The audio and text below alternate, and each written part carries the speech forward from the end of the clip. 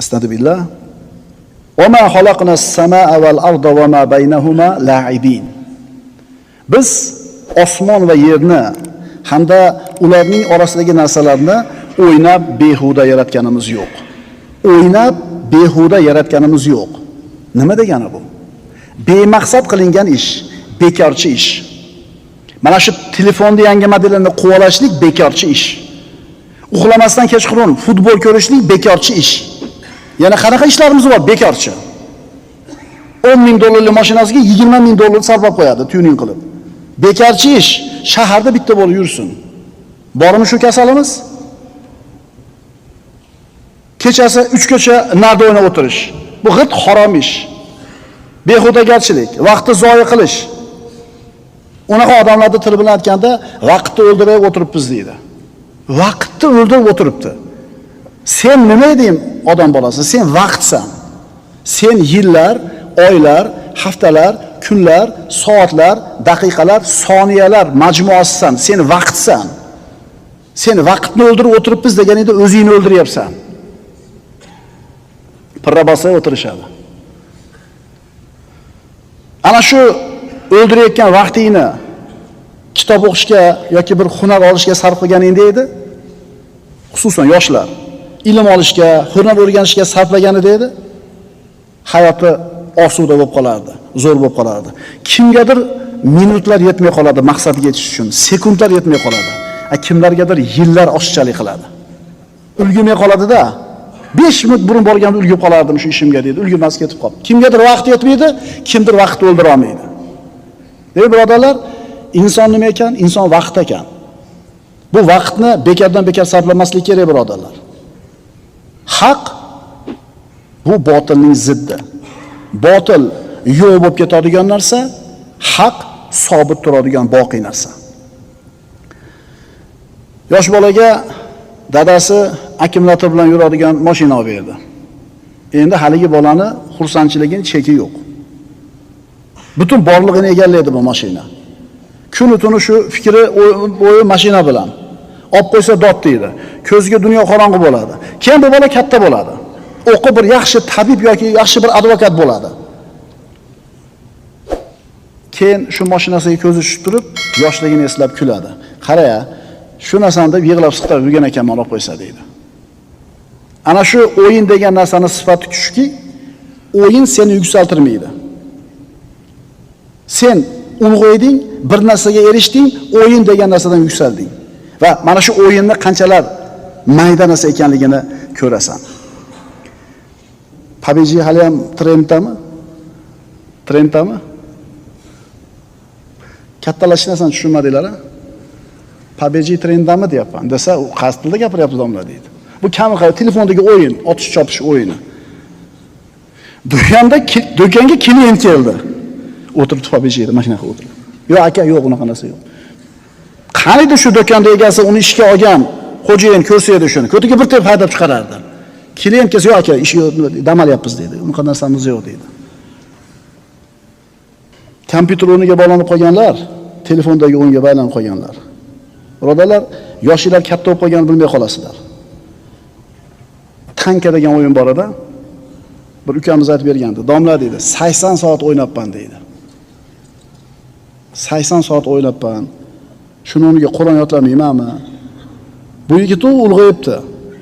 Esini yig'ibdi. Endi kimdir o'tiribdi yana. Uyda o'tiribdi shu tankani o'ynab.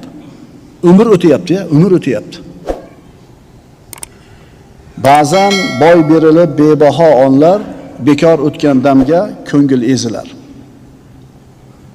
Yoshlar, bu ashula bu. Bir hofizda ashulasining she'ri, qarang ma'noda. Sizlarda davralardagi qo'shiqlarning ma'nosi ham, madrasasi ham yo'q. Qanaqaydi umr o'tmoqda degan. Eskilar biladi. Essiz bolalikni qoldirib ortda, umr o'tmoqdadir daryo misoli. Qoldirmay iz bu hayotda, umr o'tmoqdadir, umr o'tmoqda. Qarang. Keksalik mo'ralab eshik qoqmoqda, bolalik qaytadan qaytarilmoqda, bizdan erta kunga nelar qolmoqda, umr o'tmoqdadir, daryo misoli.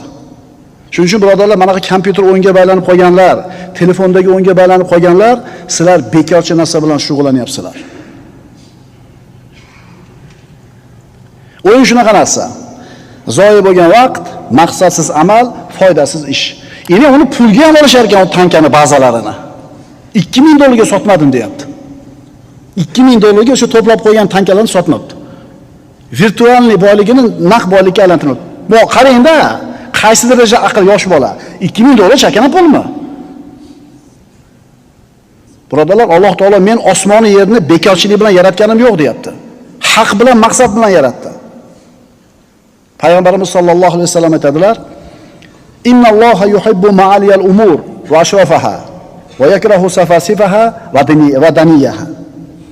Albatta Alloh ishlarning ulug'vorlarini va eng sharaflilarini yaxshi ko'radi.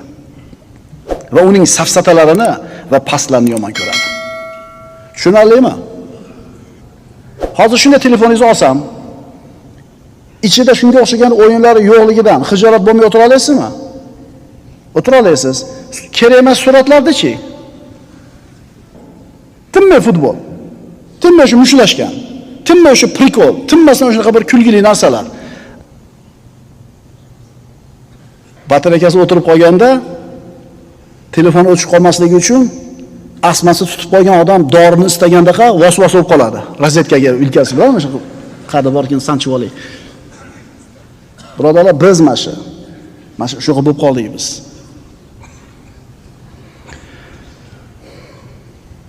Oliy ufqda bo'lgan inson bor, pastda, tubanlikda turgan inson bor. Eng sharafli oliy insonlar oliy ishlar bilan mashg'ul bo'ladi. Tuban, past insonlar befoyda ishlar bilan ovora bo'ladi. Shuning uchun haq, sobit va oliy narsani ko'zlagan narsa, botil esa sobit bo'lmagan, yo'q bo'lib ketadigan narsani ko'zlagan narsa. Kompyuter o'yinlarilar ana shu botil bo'ladi. Agar inson o'zini nafsini haq bilan bog'lasa, haqqa ergashsa, bu kishi ikki dunyoda saodat topadi. Ammo o'zini botil bilan bog'lab qo'yadigan bo'lsa, qalbini botilga bog'laydigan bo'lsa, mana shu botil turar ekan u foyda topadi. U botil yo'q bo'lib ketgandan keyin undan foyda topa olmaydi. Demak, oqillik, ulug'vorlik abadiy va azaliy bo'lgan haq bilan birga turishda. Siz o'zingiz yaxshi bilasiz, qilayotgan ishingiz qaysinisi haq, qaysinisi botil. Haq ishni, to'g'ri ishni, foydali ishni qilganingizdan keyin siz xijolat bo'lmaysiz birovni ko'zi tushib qolsa. Endi birov ko'rib qolsa xijolat bo'ladigan ishni qilyapsizmi? Bilasiz shu narsa botil. Keldingiz telefonni bunday qiladi-da. Qachon qolasa mana shu bo'lib qolgan. Birodarlar, Yosin surasining tafsirini yozyapman-da, bitta narsa. Yosinni yodlaganlar qo'l ko'tarib qo'yaylik. Yaxshi. Qur'onga qarab o'qiy oladiganlar qo'l ko'tarib qo'yaylik. Xudoga shukr, ko'proq. Nabiy sallallohu alayhi vasallamdan sahih hadis bor.